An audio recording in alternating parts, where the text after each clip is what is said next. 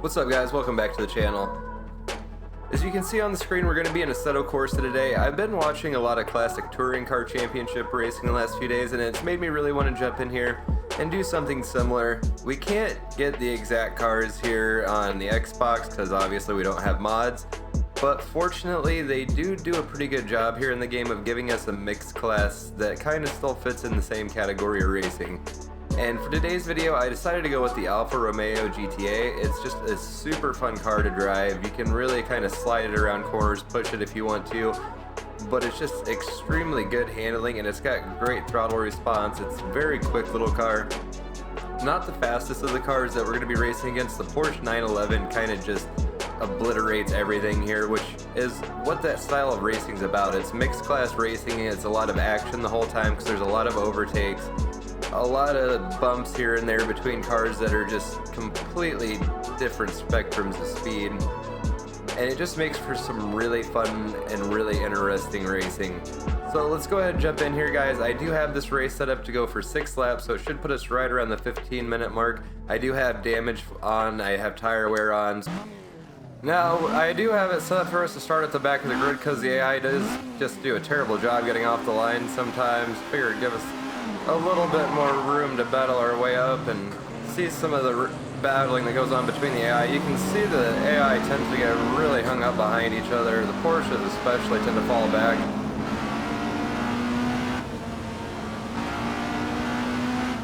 And these little Fiats are just hilarious trying to race against. They really tend to clog things up and just make things a lot more interesting than they would otherwise be.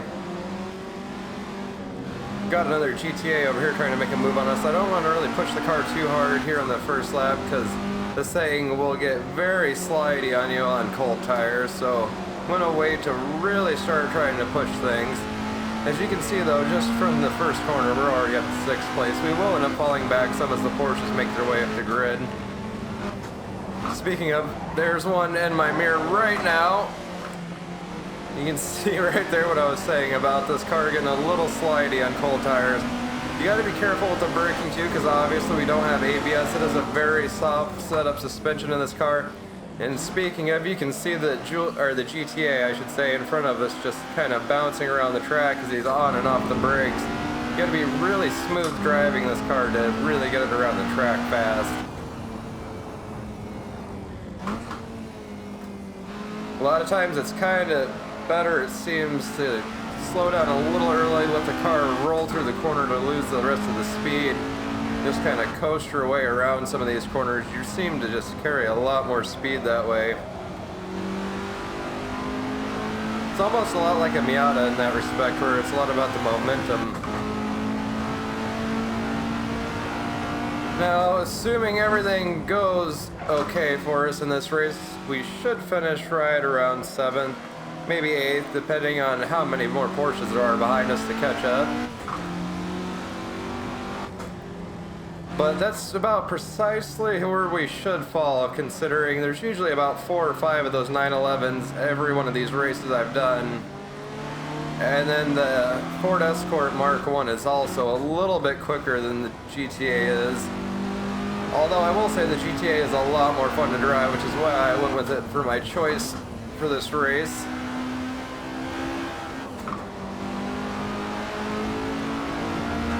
Sun's really causing a lot of visibility issues here on this straight. I did change up the time of day for the race from when I had my practices, so it'd be a little more realistic to have a little later in the day after the practice sessions.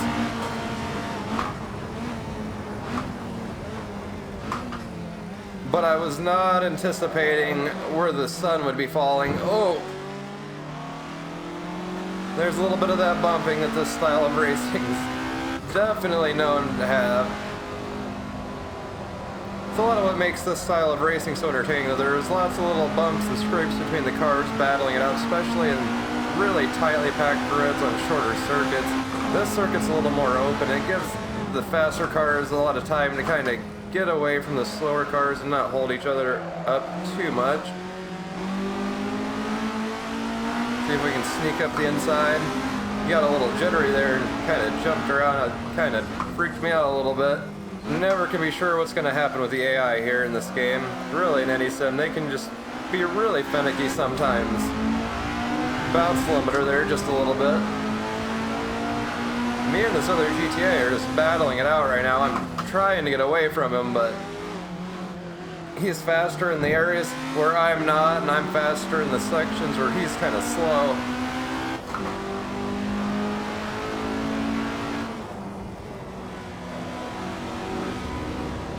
Hooking up the curb. Barely made my way past him there.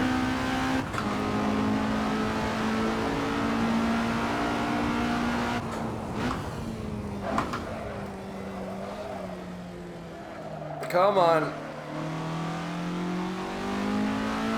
Braked a little late there on that corner, but I was able to carry a pretty good amount of speed through it.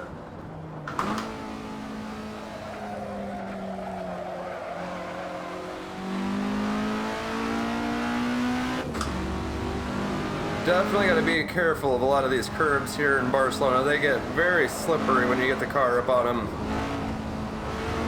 There's been quite a few times where I've actually spun on that little runoff I was just on back there. I'm surprised I didn't actually spin the car out this time.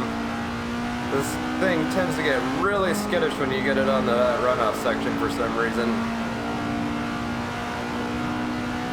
I did stiffen up the springs on this setup just a tiny, but I think it was literally one or maybe two clicks, the front and back, just to kind of stabilize the car a little bit, because it is a very wobbly and can be a little hard to recover if you get into a slide because of it, because all the momentum just pulling the car out. It definitely seems to have made a lot of difference. The car is definitely more manageable, and it's more of what you'd actually see from this car on the track, because most of the cars that are racing have been set up differently than what the stock car would be. Definitely have a little better handling suspension, a little stiffer, but they aren't drastic changes from the factory stuff. Locked up a little bit coming in there, still managed to just barely get it turned in time.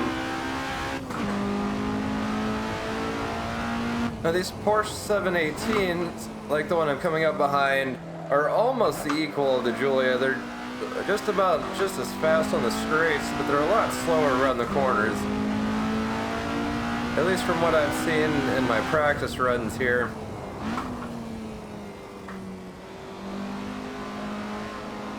About halfway through the race now on lap 3.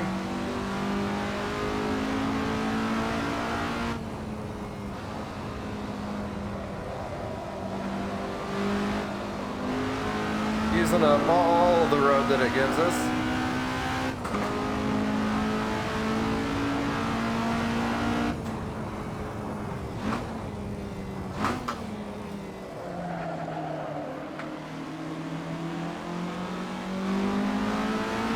See if we can come up the inside here. Don't want to squeeze them out too much coming into this corner, because the AI do get really skittish here, especially those Porsche 718s. Oh, you see what I was saying right there about how this thing gets skittish on a lot of these curves around here. You definitely don't want to get all the way on the power like I did there. Turned in a little late there coming into the straight. Getting really hard to see where my track bounds are with that sun coming in the windshield on that section.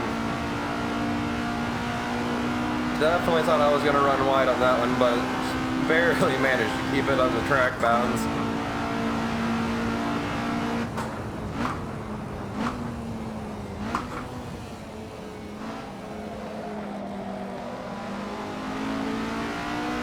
Coming up on another Alpha. You can really see when I get on the power kind of heavy about midpoint into the corner where I start dancing the wheel back and forth just to keep the car going where I want it to. Such a just thrilling little car to drive here in Assetto. Oh! Barely managed to stay off of him enough to keep from putting him off the track. He slowed down real fast on me there. I could not quite get my car slowed down to match him. Started to lock up. Oh! And again, I don't know why he's so slow into these corners. AI is just being way too cautious. See See if we can't get around him here before we cause any more accidents. I see we got a Ford in our rear window too. Our rear view mirror, I should say. Came up the inside and managed to squeeze him out on the exit.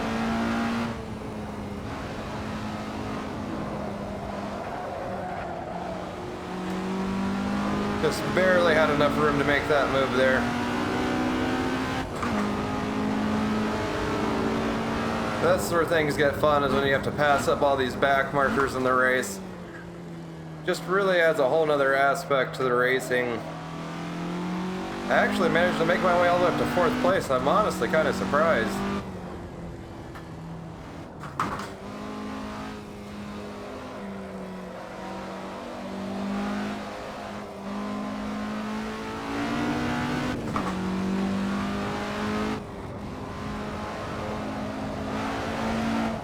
Oh, I'm going wide.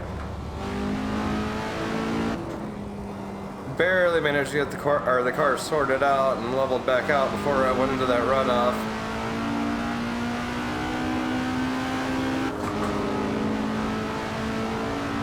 Just absolutely blast past those 595s like they're standing still in this thing.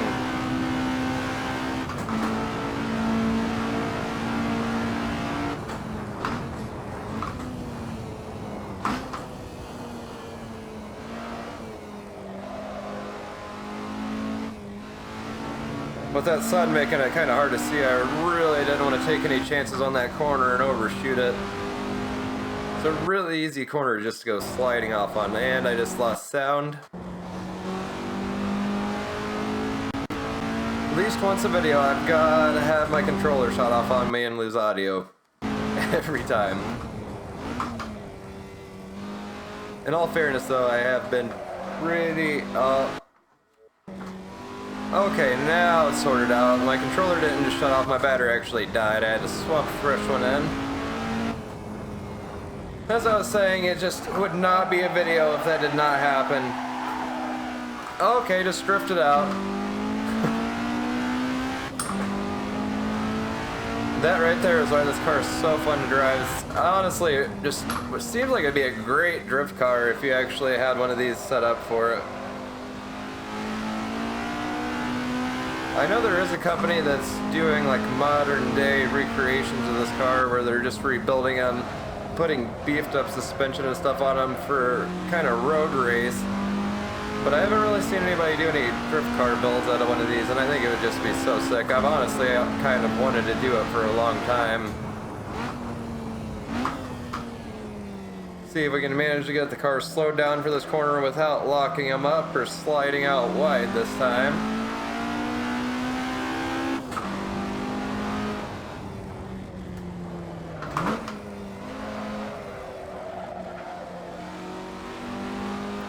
You can really see where these old vintage race tires, or maybe these aren't even vintage race tires, they might just be vintage tires in general, struggle with traction compared to something more modern.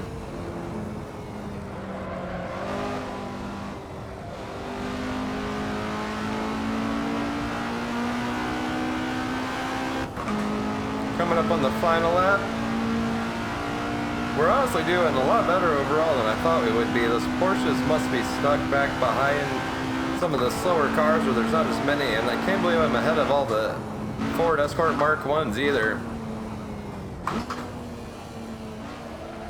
And speak of the devil, there's one in my rear view mirror now. Short shift to third so I can accelerate a little smoother out of there. See if I can't put some ground between me and him on this corner.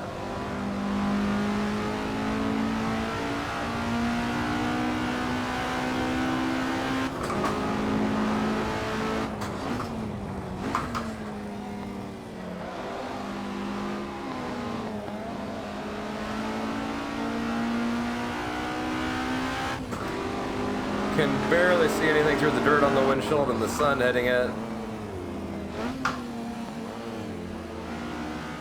Try not to drift this corner this time. Oh, I should have just stuck in first there for that little bit. That's alright. Didn't really lose too much time on that little mistake.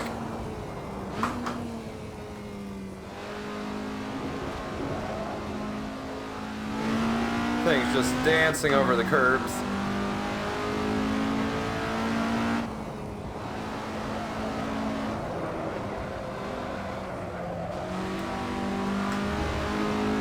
I just keep pushing my luck more and more on that corner, just running it wider and wider. I've managed to skate by every time so far, though. I'm honestly surprised I haven't had to spin this entire race, too. Normally, at least once in this car, I'll end up screwing things up coming out of a corner, give it a little too much throttle while the car's still kind of settling and just spinning around. I keep forgetting to drop into second going into that corner and have to downshift mid-corner. It's really not the right thing to be doing. It could go very wrongly for me if I don't get it just right, but I've gotten really lucky on that too.